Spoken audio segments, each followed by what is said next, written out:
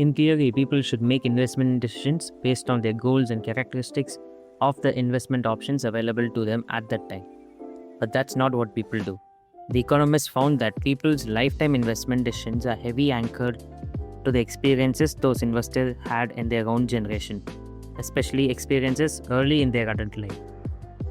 If you grew up when inflation was high, you invested less of your money in the bonds later in life compared to those who grew up when inflation was low. If you happened to grow up when the stock market was strong, you invested more of your money in stocks later in life compared to those who grew up when stocks were weak.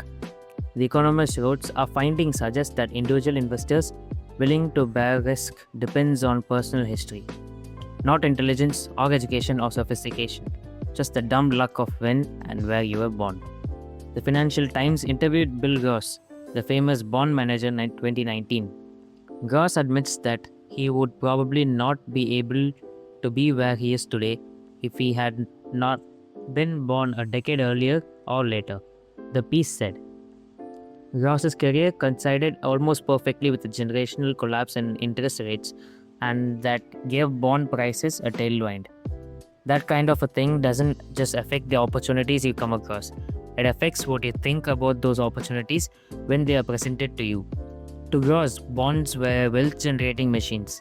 To his father's generation, who grew up with and endured high inflation, they might be seen as wealth incinerators. The differences is how people have experiences money are not small, even among those you might think are pretty similar. Take stocks. If you are born in 1970, the S&P 500 increased almost tenfold, adjusted for inflation, during your teens and 20s. That's an amazing return. If you are born in 1950, the market went literally nowhere in your teens and 20s adjusted for inflation. Two groups of people, separated by chance of their birth year, go through life with a completely different views on how the stock market works. Or inflation. If you're born in 1960s America, inflation during your teens and 20s, your younger, impressionable years when you're developing a base of knowledge about how the economy works, sent prices up more than threefold. That's a lot. You remember gas lines and getting paychecks that stretched noticeably less far than the ones before them. But if born in the 1990s, inflation had been so low for your whole life that it's probably never crossed your mind. America's nationwide unemployment in November 2009 was around 10%, but the unemployment rate for African American males aged 16 to 19 without a high school diploma was 49%. For Caucasian females over age 45 with a college degree, it was 4%.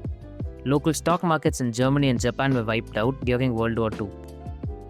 Entire regions were bombed out.